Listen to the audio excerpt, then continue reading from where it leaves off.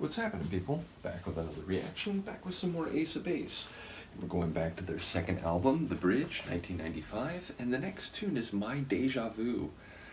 Deja vu, it's the idea of the cognitive experience of suddenly feeling like the particular situation or set of conditions you are currently experiencing is oddly familiar, or that you've gone through it or experienced it before, even if in the details it feels like that seems unlikely. For my own part, it's not an experience I've had all that often. When it has happened to me, it's multi-stage, meaning someone will say something and that'll, ooh, that sounds a bit familiar. And then maybe someone else opens a door in the room and it's like, oh wait, that just went to a second level. And then perhaps someone puts something down on a table and it's like, oh wait, like that particular sequence of events has totally scrambled my brain and I feel like I've gone through it before. And it's weird though, again, in many cases it feels like the details, the content of what's happened is such that like there's no way that like I've experienced that particular sequence of events, much less in this particular location before. But for whatever reason my brain is convinced that it feels familiar. I've read different theories about it over the years. I have no idea if there is a neuroscientific consensus. Currently, I do remember reading an article, and this was like 2 decades ago, and I have no idea the status of this theory. But the idea was that because we have stereoscopic vision, sometimes our eyes will see something slightly before, one of our eyes will see something slightly before the other one does, and in our brain, mistakenly, that'll be registered as like 2 different events. And so even though it's just happened, your brain gets a sensation that, wait, like this, I've done this before, there's 2 entries for this. So again, I don't know if that has any standing in today's neuroscientific community, but I remember reading that and being like, oh, that would make sense. That would be something where you could understand the confusion where you're like, man, it doesn't feel like I've done this before, but like it seems nostalgic or familiar at the same time. So either way, phrasing it as My Deja Vu for the song title makes me wonder if there's a distinction where it's in your head rather than something that's happening out in the world. Maybe it's just a play on words in that regard, and the deja vu might be like, oh, you're coming back around to a relationship with someone that you used to be with, and so it's a deja vu, but not in that neuroscientific way, but in a sort of conceptual way that like, wait, haven't we been here before? We have been here before, but we find ourselves here again. So it may be none of those things, of course. Let's find out what it is. This is Ace of Base from their 1995 album, The Bridge, and the tune is My Deja Vu.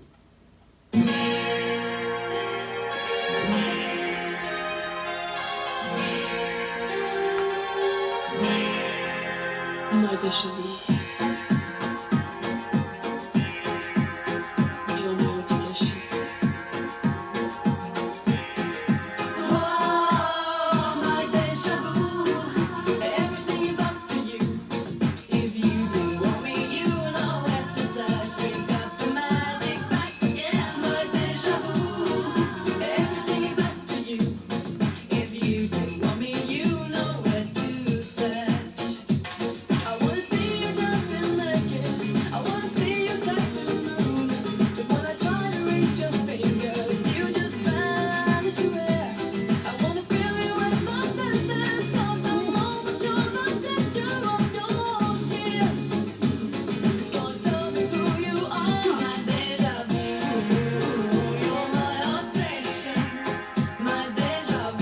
Very much in their sound.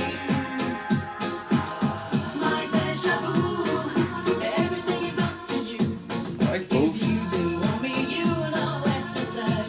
both Randy's vocals here.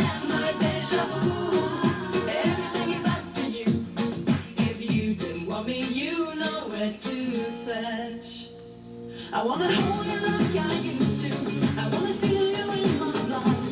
I wonder why I didn't confess this. So it seems it is that kind of idea that like, I want that familiar feeling back.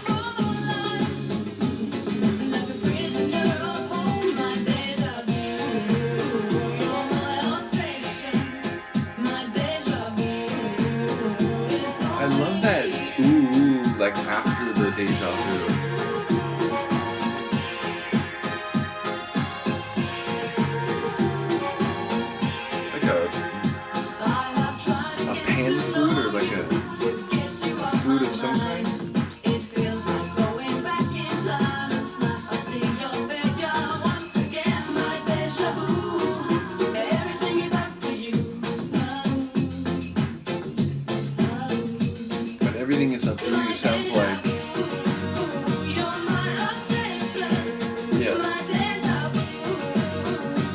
love to jump back in, but the other person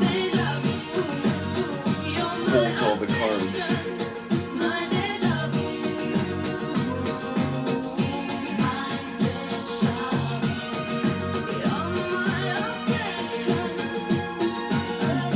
I like that melodic line.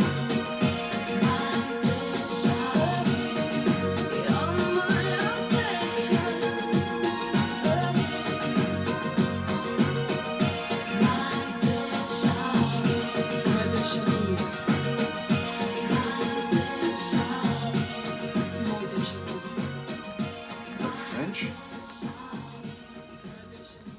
That like spoken part, like sort of buried under that started looping at the end. It sounded like it wasn't English.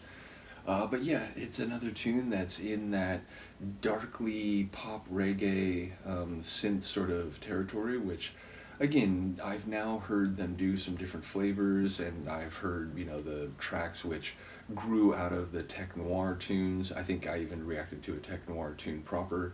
But yeah, ultimately, it seems like in terms of their international hits and the sound they became known for across the world, that reggae, again, often with a melancholy or a bit of a dark sound. Not on all tunes, of course, but to be fair, the tunes that I think I've enjoyed the most, like they do have that mixture of like it's a cool groove and it's got your foot tapping, but there's emotions that are conflicted or complicated or painful. So yeah, this one felt like it was very much in that familiar territory sonically. And yeah, it's interesting because when like it started, I was thinking that the lyrics would perhaps, you know, be running in that idea of you know, is this all in my head? Is this not something I've been through? But it really was that conceptual idea. It sounded like that someone they used to be with, they want to have that close connection to again. They're still obsessed with this person. They can't get past or over this person. But it also sounds like they're aware, like it's all up to the other person. The other person can choose to rekindle that connection and, you know, have that deja vu experience or not. So yeah, maybe I'm misreading that, but that's what it seemed like. Although even going into it, I thought it might be the other way around, that was the less likely interpretation. Either way, as I said, I enjoyed the lead vocal as well. It sounded like in the chorus they were both like doing the vocal, but the lead was just one. I know, like, is it Lynn, I think, has done like more of the lead vocals. Maybe I'm wrong about that, but either way, I enjoyed the lead on this one, and of course the backing vocals as well, that kind of, you know, choral, just like bassline vocals. So yeah, very cool composition. It felt like a shorter tune. It felt like that one wasn't the longest track. To be fair, it seems like, you know, the kind of length that you'd expect of like a single or like a radio version. Does it show it here? Yeah, I guess I could just restart it, so give me 1 second. It is, yeah, just over 3 minutes. It's like 3:19. So yeah, a shorter one, but a cool tune. Now, to be fair, the way these are laid out, I don't know exactly where the original version of the album ended. So I suppose I could look it up on Discogs while we're here. But yeah, it feels like we've gone through enough tunes now that we have to be getting close to the end of the album, if not already going through the bonus track. So give me one moment. Ace of Base discography, we are at the bridge. Oh wow, yeah, so we still got plenty to go. So yeah, like 7 more tunes to go on the like proper album. So I stand corrected, and I am literally standing, so it does actually apply. But okay, cool. So the next time we'll be back will be You and I. Again, it suggests perhaps an interpersonal relationship of emotional and or romantic / intimate qualities. I guess we'll find out, but it does seem like that is kind of the wheelhouse of their like thematic explorations in their tunes. So once again, shout out to Adam for sharing the Ace of Base material. Shout out to Pascal and Mikey and all the people who've commented on the Ace of Base reactions. Again, it's another group that I had some sense of going into this, but already, you know, I feel like, oh man, like, okay, so I knew Don't Turn Around and I knew The Sign, but how come some of these other tracks like didn't get played? Because again, this is the kind of track that if it had played if I had heard it in the mid-90s, I'd be like, oh man, it's like another banger from this Ace of Base crew. Like, you know, again, I was aware of them, I knew their hits, I enjoyed them all, but as it turns out, there was a lot more, you know, just simmering beneath the surface, which not, for me, I mean, which it's unfortunate that I'm only hearing it now. But again, shout out to all those involved in the journey as we go through and I catch up on it. So in any case, let me know what you think. I will see you next time. Peace.